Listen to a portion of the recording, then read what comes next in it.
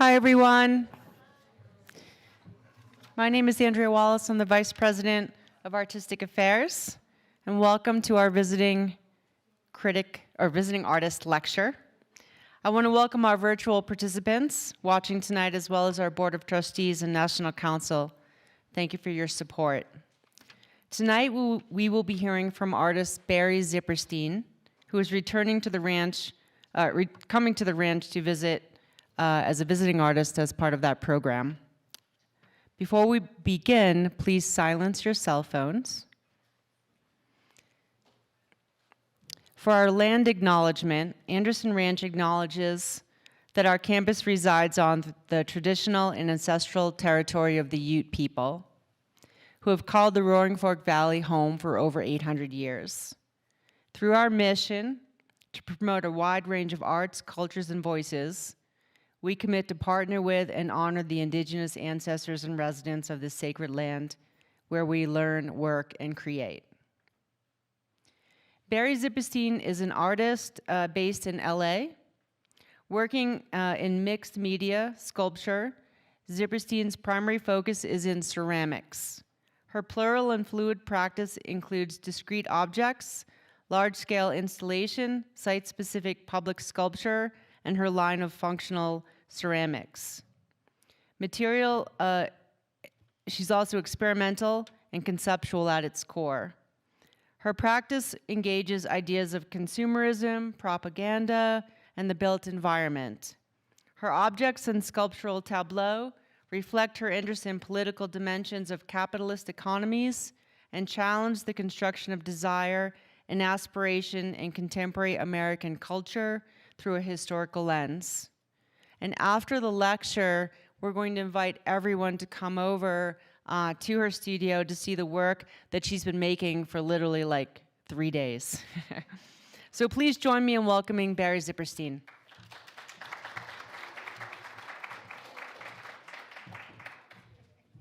Hey everybody, can you hear me? Let's get the thing out. I'm Bari. I'm so happy to be here. The last time I was here was 14 years ago. I came out here when I was in my early 30s, and I got a residency in the sculpture department. But I really wanted to work in ceramics, and I knew that the clay room was right next to the sculpture room. And, you know, sculpture is clay, and clay is sculpture, so I found my way to working in clay the whole time, basically. Because the residencies in ceramics are very coveted, and at the time, I was still working through returning to ceramics in a way. So that's me in my studio, probably like 6 years ago with all of my objects. That was a shoot that I did for a magazine. So oftentimes I have to dress the part and have all my figurative objects in front of me. So just to give you a little background on me, I am originally from Chicago, outside of Chicago, and I went to CalArts from Chicago, where I graduated with the MFA, and that was in 2002 to 2004, and before that I went to undergrad in Ohio, at Ohio University in the middle of Appalachia. And I really wanted to go to Ohio because it's the exact opposite of everything in the suburbs of Chicago. And then again, subsequently to California itself. And I've been in California since 2002. Backwards. So sometimes I like to start lectures by talking about things that are adjacent to my practice and some formative things. Have anyone seen the movie Return to Oz? No one. Okay, a few people. Okay, so in this movie, it was the last of the trilogy, and I was a child, and I went to see this in the theaters in the 80s. Dorothy all of her friends turned into objects, and she was in this beautiful, lavish Victorian room, and all these objects were everywhere. And she had to blindly touch the objects and to say Oz. And if she did not say them in the correct way or guessed wrong, then her friends would poof So she had to touch each object and figure that out. And that was my first understanding in the theaters, in the suburbs of Chicago, culturally, what's happening there, and about the life of an object, that it has a narrative beyond what we see and touch, that the domestic object has a life. And in this scene, you see Dorothy, and she needs to choose correctly. She needs to choose the green objects, which are pretty obvious. So all of her friends turned into green objects, and that was really formative to me. It was also a very scary movie. I think it still is. Here's a picture of my dad and I. We are in Wisconsin at, we used to go to Wisconsin a lot, Michigan, and all these places, wherever we can drive. I'm probably like 8 there, I think. I'm wearing a very interesting outfit, and so is my father, my late father. We're at this place called the House of Falling Rock. Has anyone been there before? Yes, okay, so everything is slanted, and it's a very cool place. So my parents would take me to these places, all driving distance, where the architecture was a little off, and they kind of like this, they like to see odd things. They also were sort of collectors of objects, just normal Midwestern people that loved a good cookie jar, a good Bakelite radio, interesting clothing, and these kinds of things. So you can see that they dressed me I kind of look like the same person there, right? With the hats and the checkers. So, well, let's go to today in this time. So right now, I split my time between being an artist and where I have a practice where I show in museums and galleries. And then I also have a practice where I run, and I'm the CEO and creative director of a large ceramic furniture company called BZippy. And we are currently in a 9,000 square foot warehouse in Sun Valley, California, right outside of Burbank Airport. This is our sales office. Obviously, it's staged for a photograph, so it doesn't look as robust as that, but you can see some of our works, BZippy works there. We are a micro-manufacturing company where we mainly make ceramic furniture.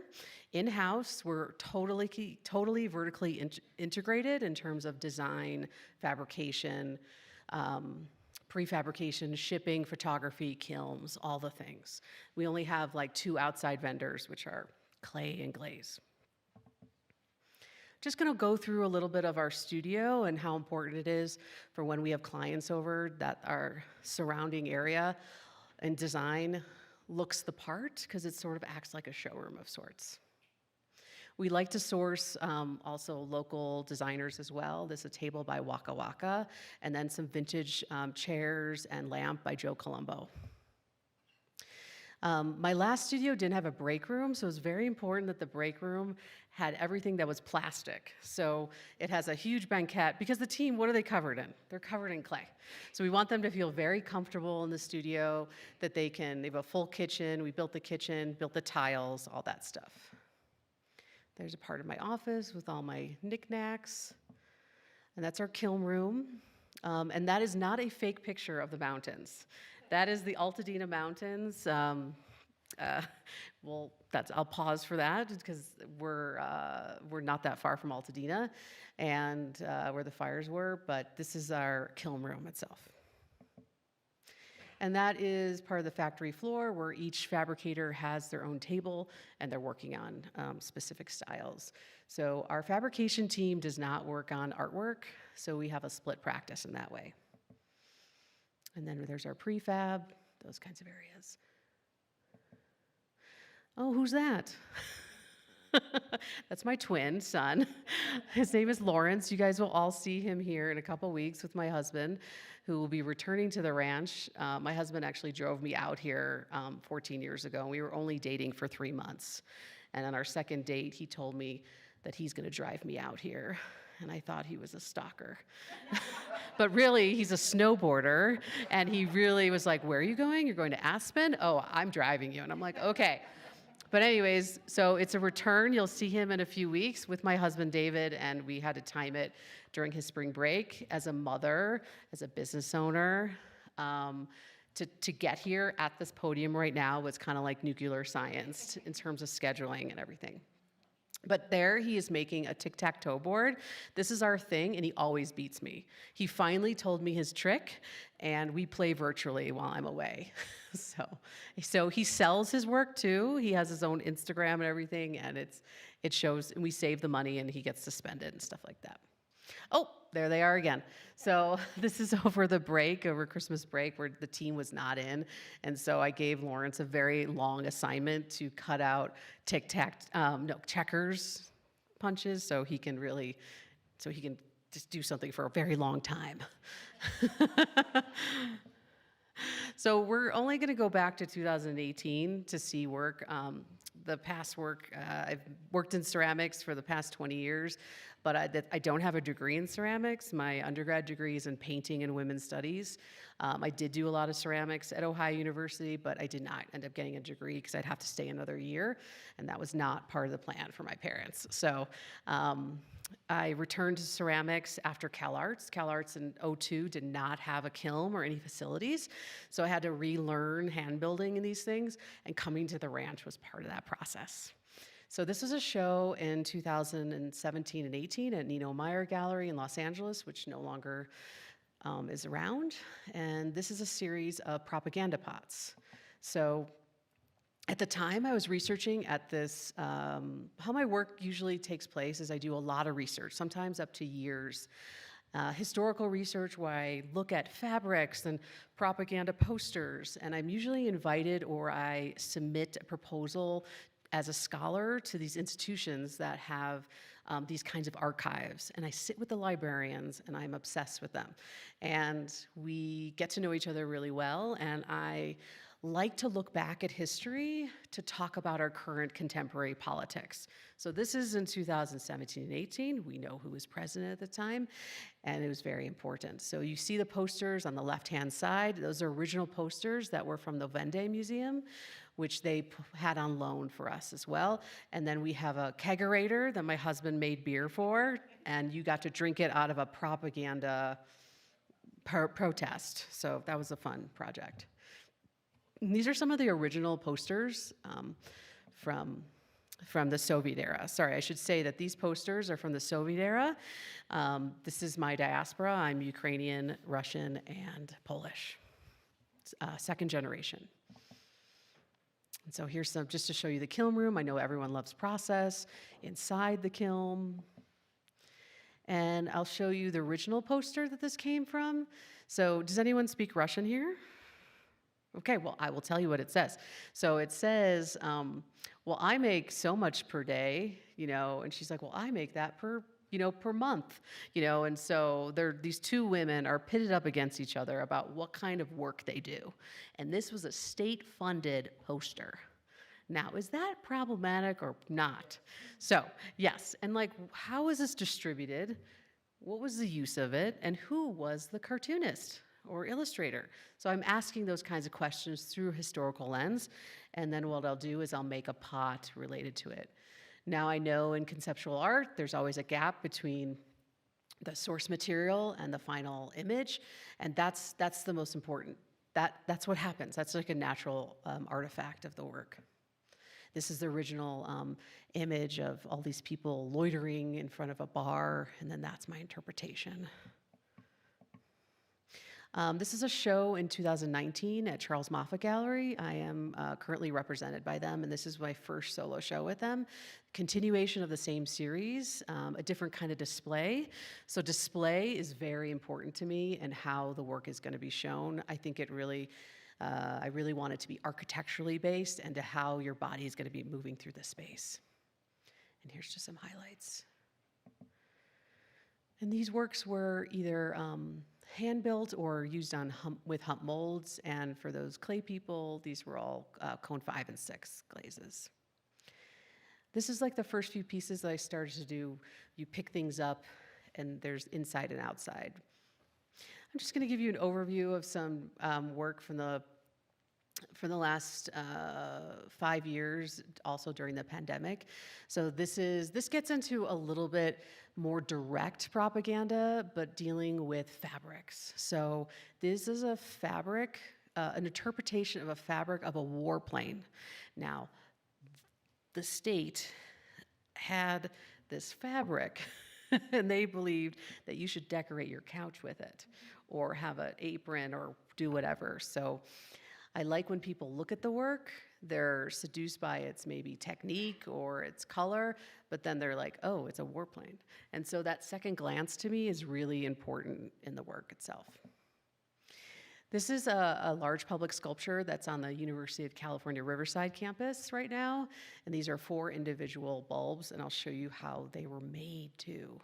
This was made at the height of the pandemic and installed, which was an interesting feat. So this was my old studio at the time, and those are the 4 pieces being made at a very large scale.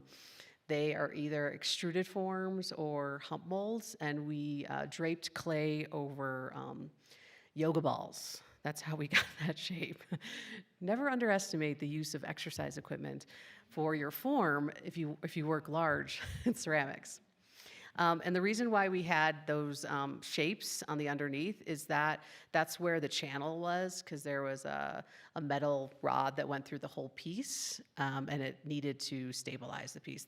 The metal rod went down like 6 feet into the ground. And there's it in being carved.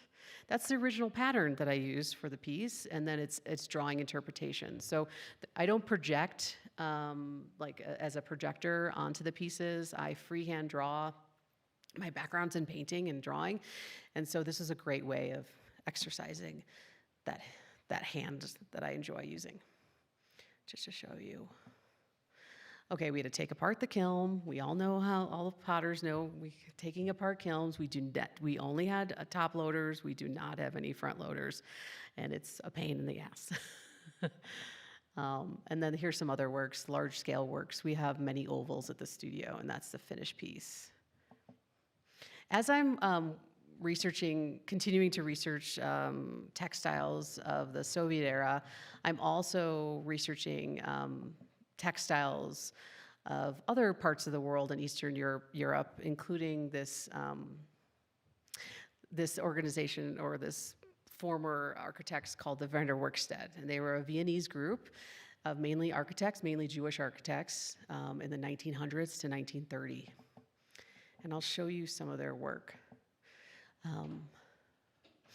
This is a show at Velmeter, Los Angeles, still continues with the propaganda work as it relates to Soviet era and Russia. This show was up, unfortunately, right when the timing of the current war in Russia and Ukraine happened. And I say that because the textiles that I was researching really took on, oh, there's my son, really took on a different take. When history comes back in time, back into current time, literally. There's my son. This is pandemic land. He's not that little anymore. He's 10 now, and he knows how to score and slip. He knows how to make everything. So watch out, guys. He's going to take over my studio. But here I am making these large-scale works and on the carts. And there we do, getting them into the kiln. You can see that I'm patching things as they're drying. We've got cookies, not edible cookies, but cookies on the bottom of the sculptures in order to take the shock of the pieces. And here's my son. He always, at that age, just loved to be semi-naked. So, and here he is. He knows how to wrap things. He knows how to check for all these things. Since he was really little, he's always been in the studio. So there's the final piece itself. And some of these textiles, the white checkered textile was a doily pattern of a warplane. Now that took on a very different connotation during when the war in Ukraine broke out, because it was a symbol of a building, which I'll show you the original building. This is the building it's based on. And then to have, everyone kept thinking that those dots were like bullet holes. So it's interesting to be using historical imagery, and then when it comes back into current political times. I thought the timing was interesting. This is the work being made, the pedestals themselves, all large-scale slab build works.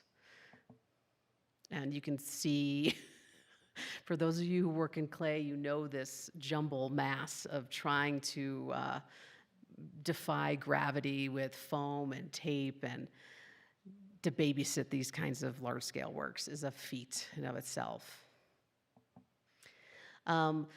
So the next piece that I made for the show is based on a Ukrainian, actually it's in a cemetery.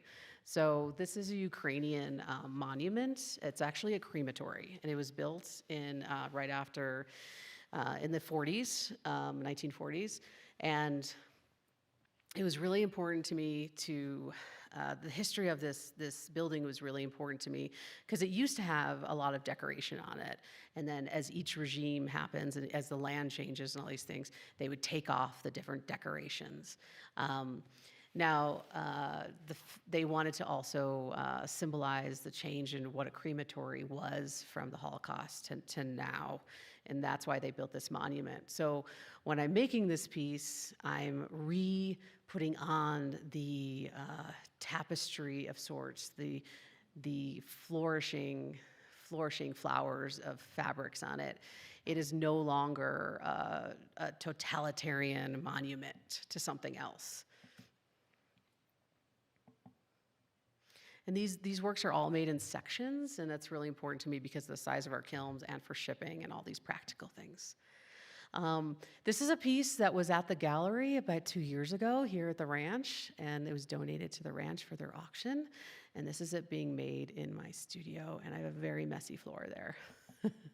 And that's just for scale and some detailed work itself. That's my family and I at the opening. My son is he's as tall as me now, so. And then this is the last body of work that I made that was based on, as of now, based on the Soviet era textiles itself. Now we're going to parallel practice within my work, which is work based on the Wiener Werkstätte. They were very totalitarian and in terms of their vision of how they wanted to live a life. They believed that the textiles that you wear should also be your wallpaper, should also be what your couch is covered in, like a full gestalt, everything.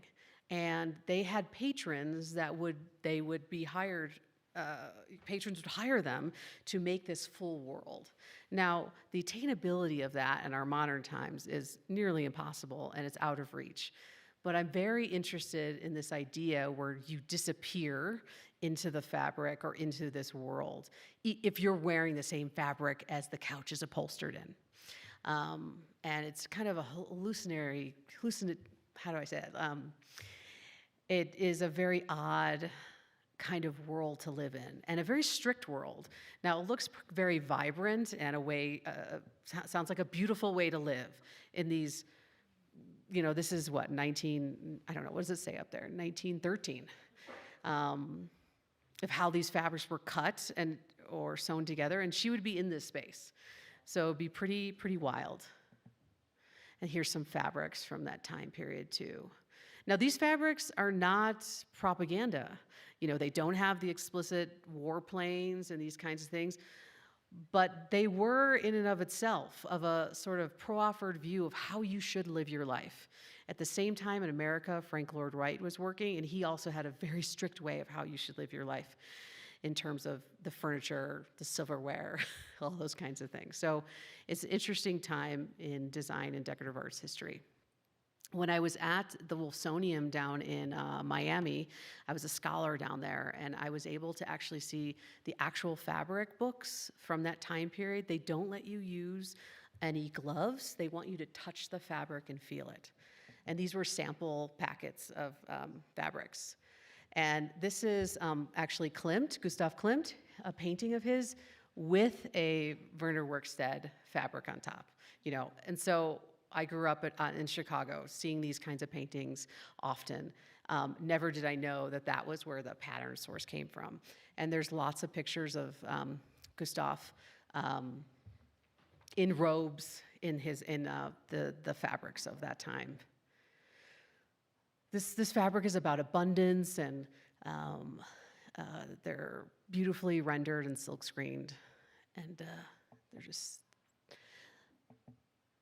And from that interpretation, from that scholarly work that I did at the Wolfsonian down in Miami, I had a solo exhibition at Nina Johnson Gallery in Miami, and this was an interpretation of a lot of the basketry of that time, which were mainly made of metal.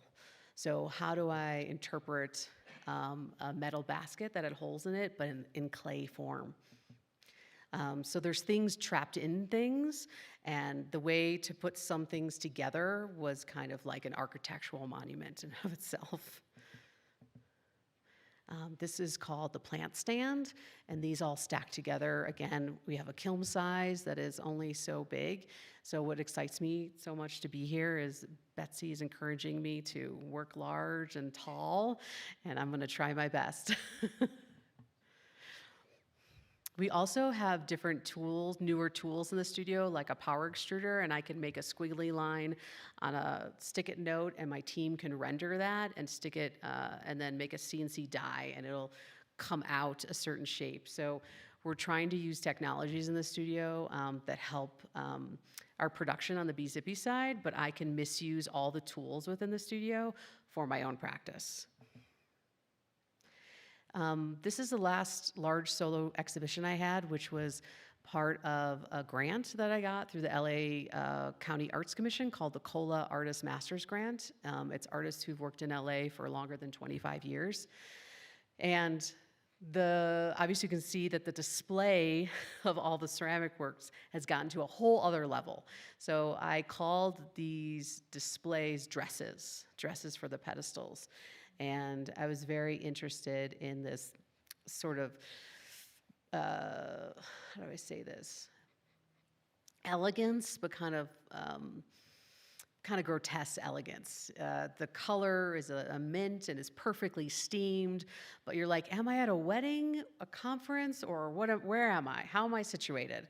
And I had one room to myself in this very large building, and it was on the campus of Barnsdall. Barnsdall was a woman who commissioned Frank Lloyd Wright to build a building in Los Angeles, and they have a gallery on as part of the compound up in Los Angeles, and so it was very interesting to me to have a show that was based on the Wiener Werkstätte while being on the site of a Frank Lloyd Wright building as well. And this is some work, so I was able, you can see some of the technology that's happening within the studio and how making of these bricks works, which parts of them were extruded, and then I would cut and slice them and make these bricks. While I'm making these bricks, they take a long time.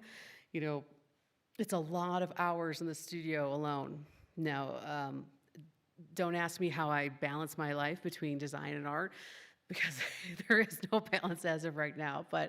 And these long hours of making these bricks, I love an assignment. Be like, Barry, make 50 bricks. What TV show am I gonna watch? What podcast am I gonna listen to? So those are some of the things. And this one's called the four-headed vessel.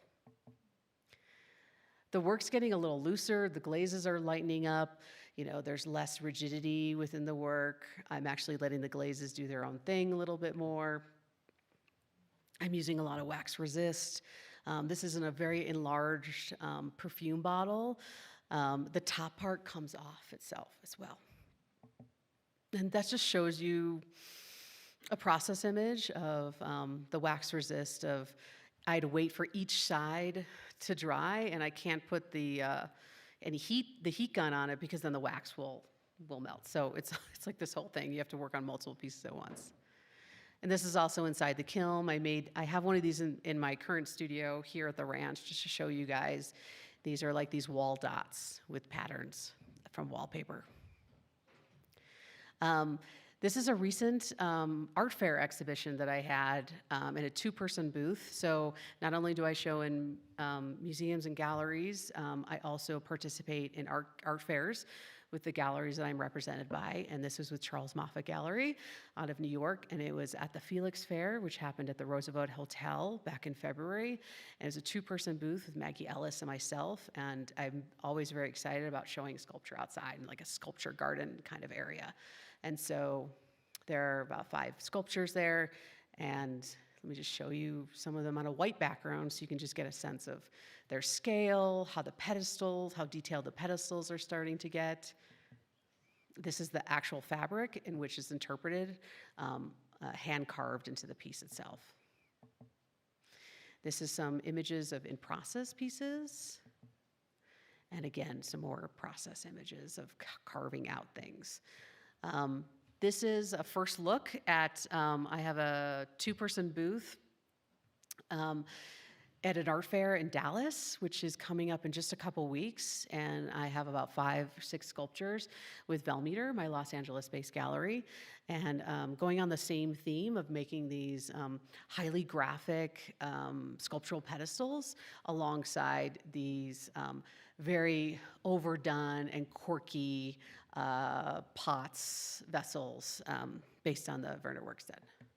I imagine that the person that buys this, like in the 1930s, would also be wearing an orange jacket with the same, like with embroidery and like, I imagine these things, it's like, I mean, sort of like what I would be wearing right now, but on the pot, where I would disappear into the work itself. That's really interesting to me. That's just the inside of the pot, so you can just see, it's hard to tell on there, but there's like a very subtle grid and with silver and black on there. It's just to show you process. I use a lot of wax, and it's very laborious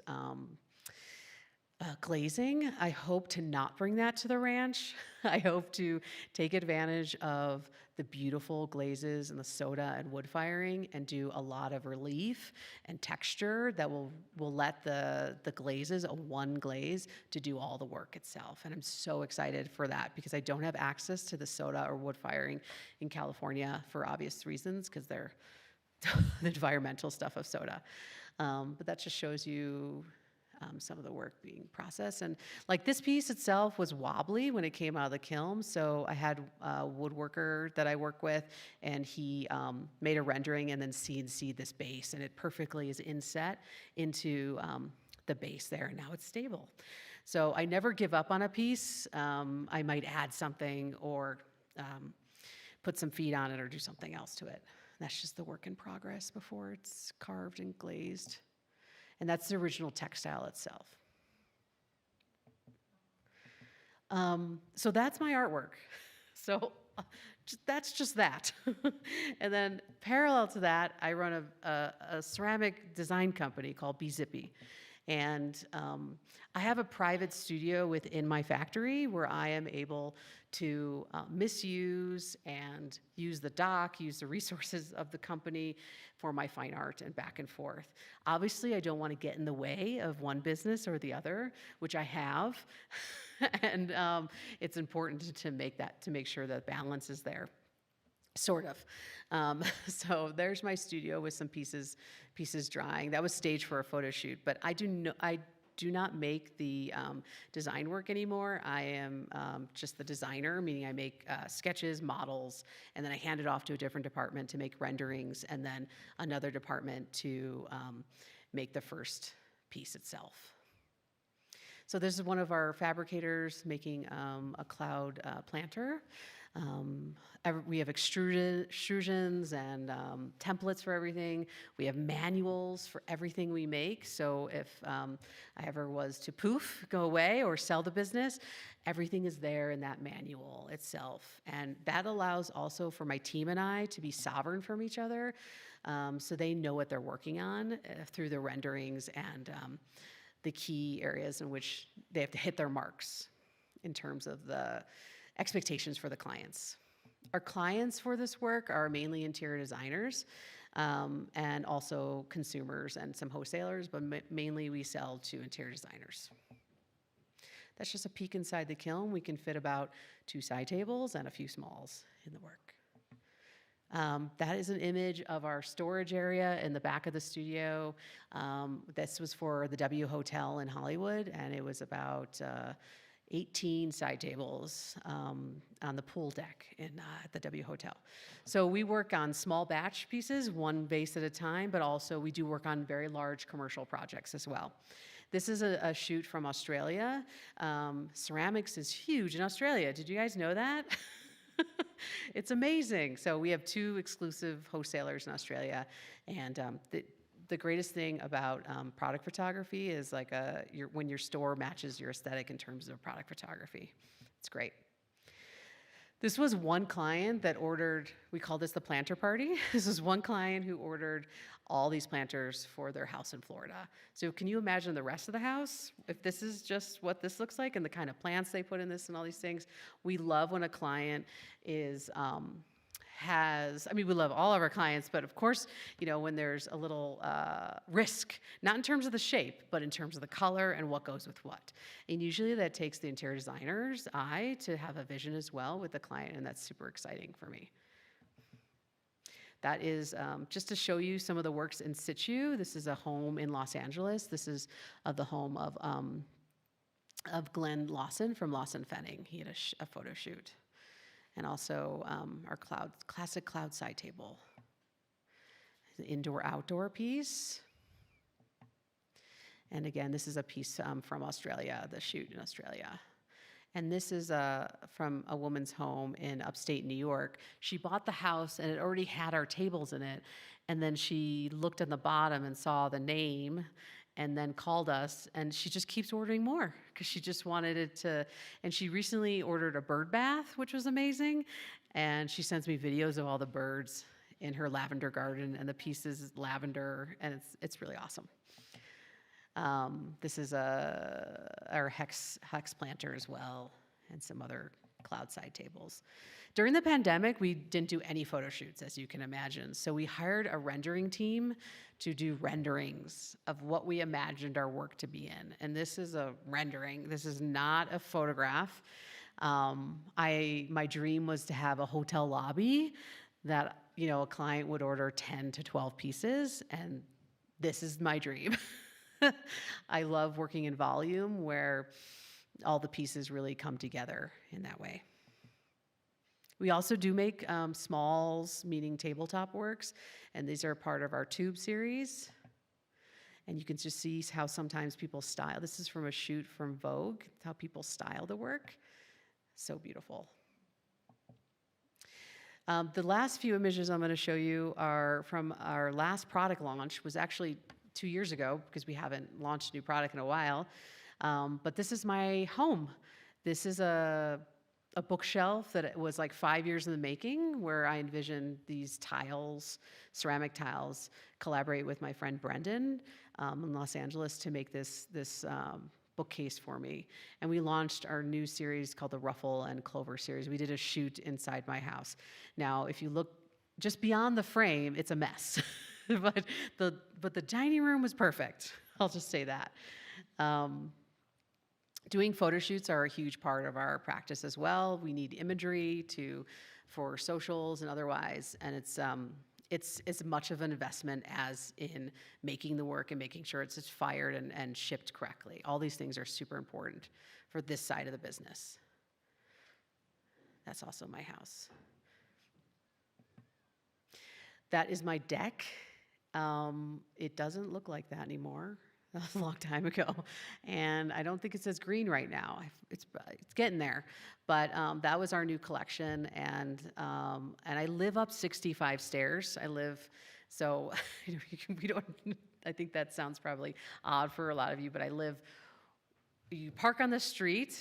And I live in El Sereno.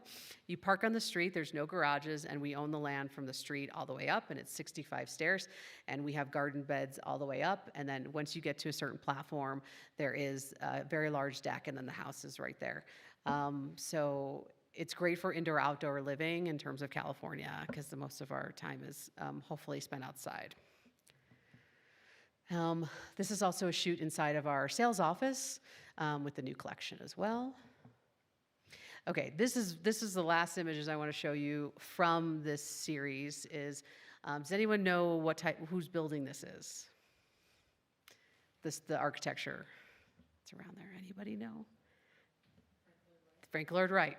Yes. So while I had the show at the COLA exhibition last spring, parallel to that, there's a curator of contemporary art at Frank Lloyd Wright buildings. You can make proposals to them.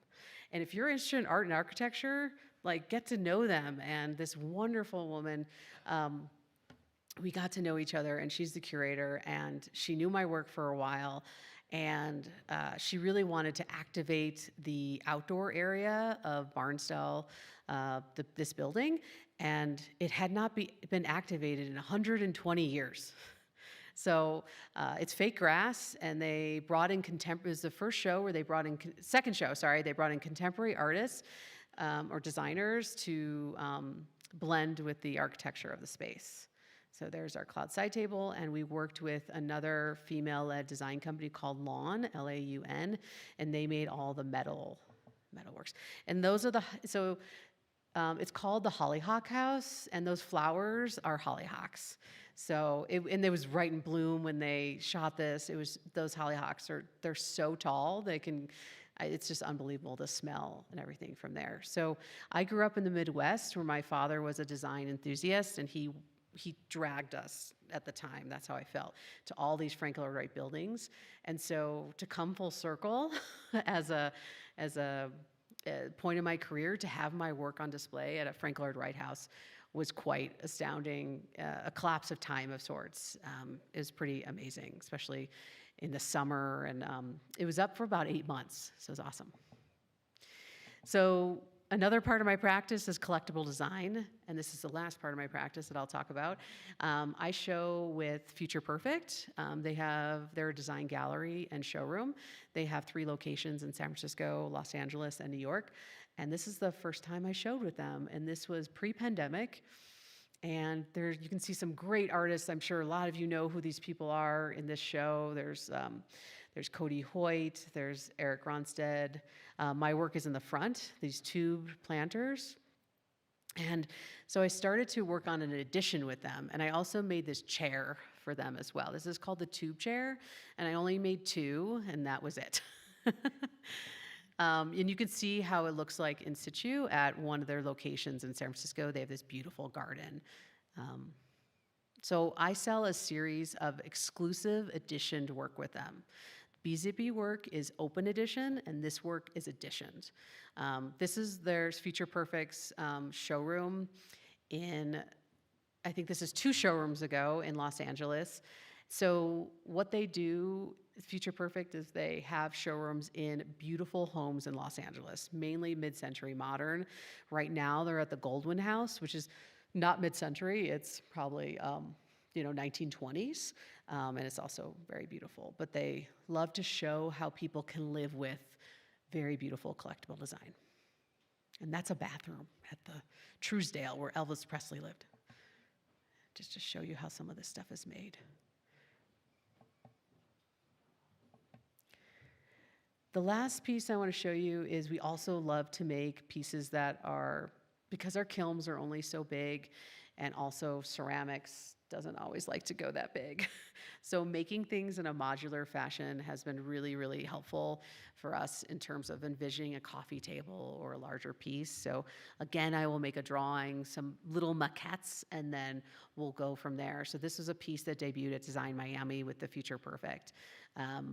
And then we also made a 9-piece one as well, and that as well, so it's really exciting. This is the latest collection we just launched with them like a month ago, and this is our first uneditioned work with the Future Perfect, because most of our styles are sold out with them, and we felt like that decision 5 years ago of having an edition, we're now kicking ourselves in our foot because people still want them.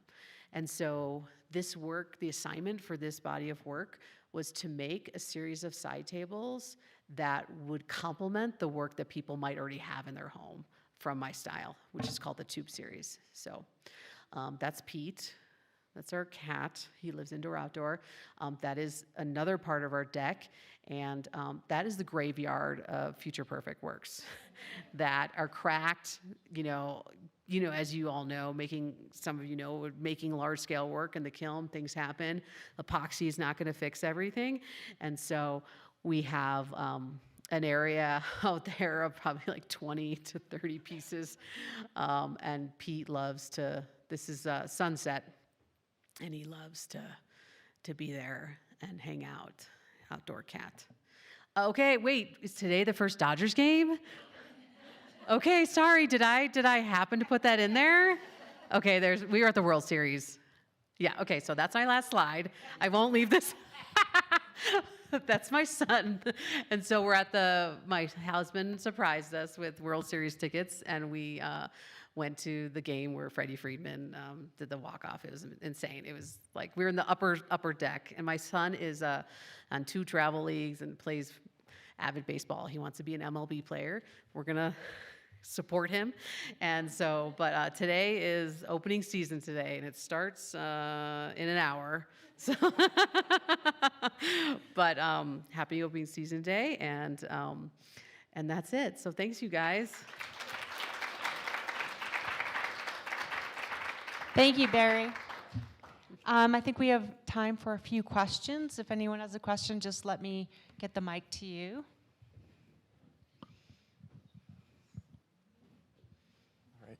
Hi, Barry. Hi. So could you go into a little more detail about how you started your design brand and like what the inspiration was and how you got it off the ground?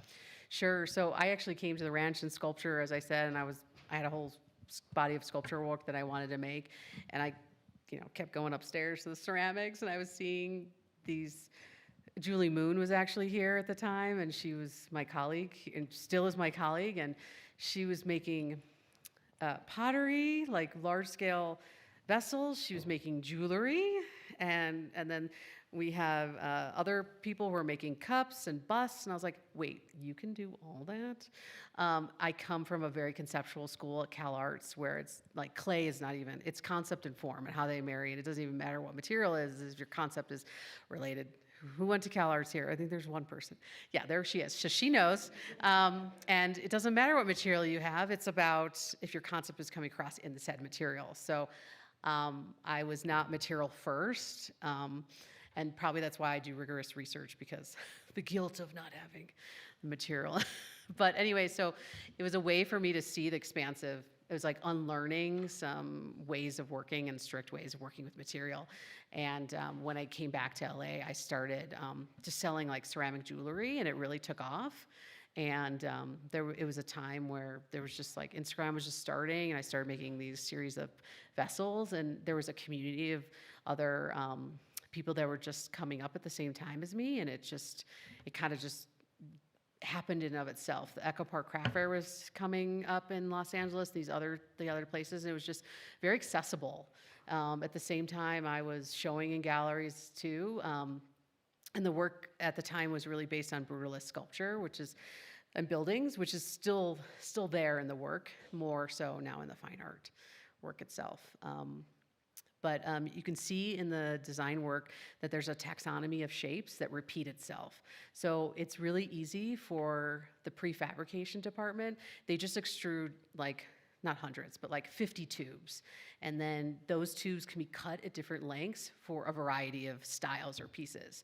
So when you think about an assembly line, if you have multiple taxonomy of shapes, it's really inefficient. So just thinking about those types of things, I also went to Goldman Sachs 10,000 Small Businesses course. They don't offer it anymore, only now in the rural communities, but that was really essential to me. It was like a 8-month incubator business school, and I was one of another only creatives. The other one was an architect. So everybody else was working in city contracts and construction, dentists, and the cohort was about 50 of us, and we're still all in touch.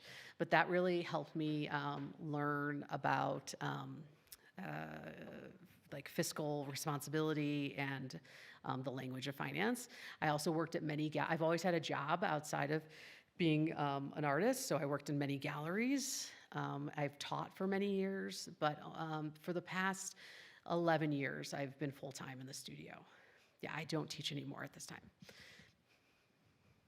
just because it's impossible to get these jobs.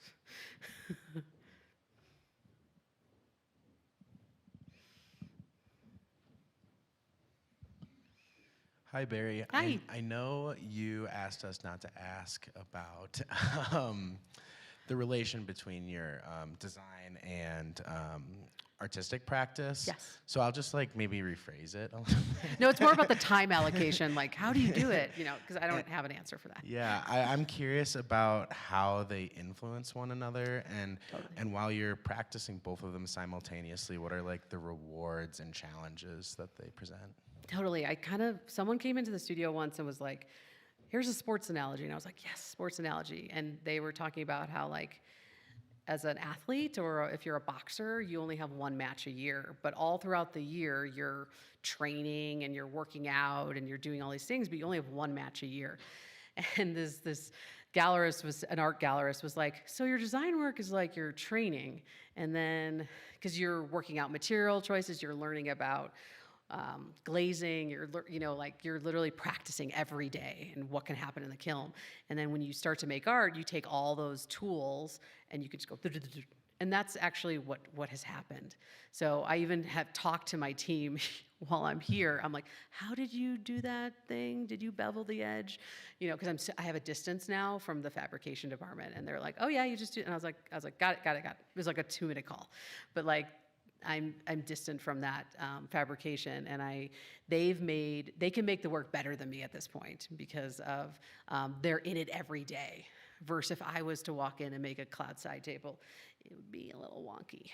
So, and I'm fine with that. I love when people know more than me and my team, and to celebrate, you know, their things. So I'd say the exercise of the day-to-day to see the team make. And have to make decisions all day long on the design work. How could it not influence me in the artwork? There's a lot more. I'm my own client for the artwork, you know. So for the design work, there's strict parameters. Like the client wants very specific size and a very specific color, and whatever's on the website or whatever they're shown from their interior designer or what they see in a showroom has to match what shows up on the box. And versus in artwork, there's a freedom in that. And I have to create my own boundaries within that, which is exciting. So I really like a practice where I can find ways of having like a strict parameters and then and have it be a very commercial project, and other parts, it's still a commercial project to be an artist and be an entrepreneur, but to have it be more research-based and more rigorous in a different kind of way. Hope that helps. Betsy?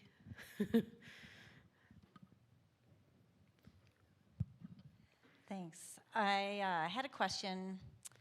Why clay? What conceptually is it about that material that is the nexus of the propaganda, the architecture? Tell me more about why clay. Totally. It's transformative.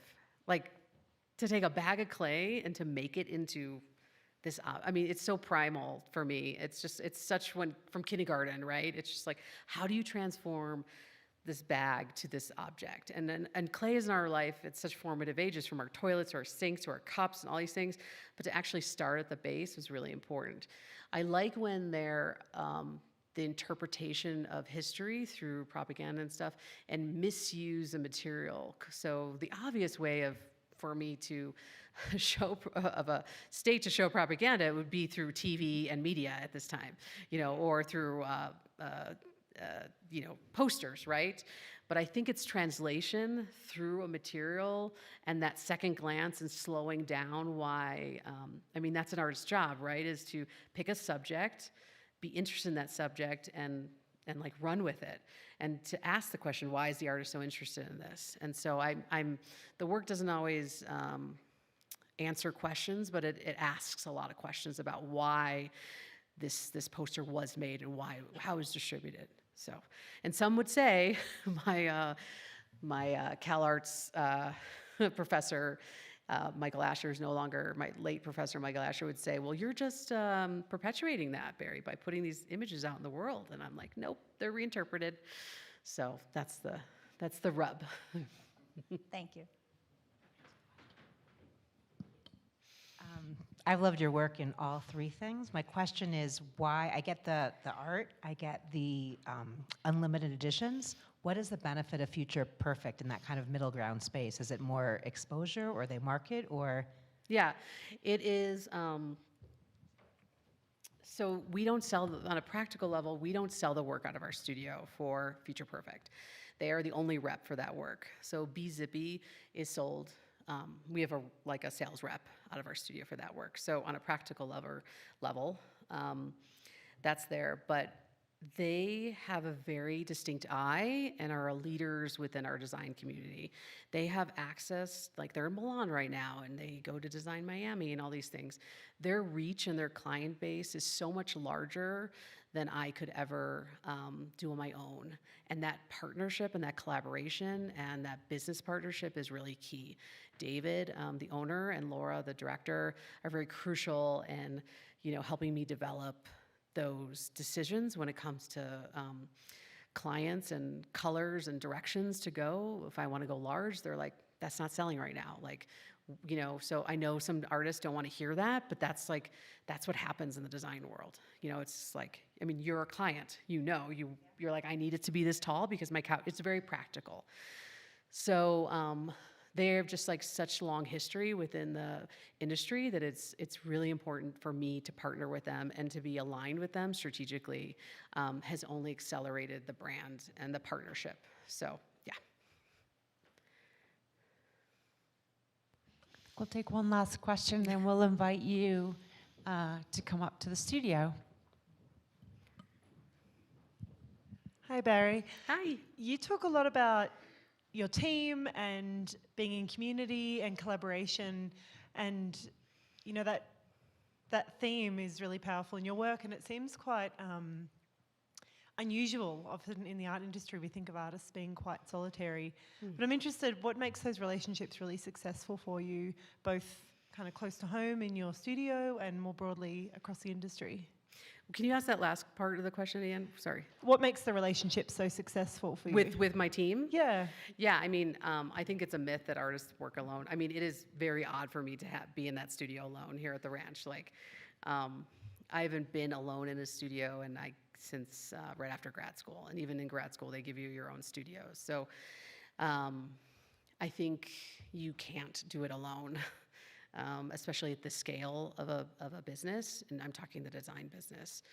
You have to choose people and build out an infrastructure where you allow people to be specialized and to know more than you. So I have a director of sales and operations and marketing people and leads and all these kinds of things, which is really helpful for me to do other things like financial things and client relations and make my art and be on this residency. So I think they're holding it down there right now. This is an interesting time in the market, as everyone knows, in our current cultural and political climate, our economics. So we've also had to make very tough decisions in the last quarter or two in order to figure out what is of value and what will continue. So yeah, we've had to make some tough decisions of being in business for 15 to 20 years, yeah. But they're essential. Yeah. Thank you, Barry. We're going to invite everybody, we can give her a hand. We're going to invite you to follow Betsy up to the visiting artist studio with Barry, she's right there, and come see what's going on. We have some little light bites there as well, and hope you'll join us and we'll have a little more conversation with Barry there. Thank you, Barry.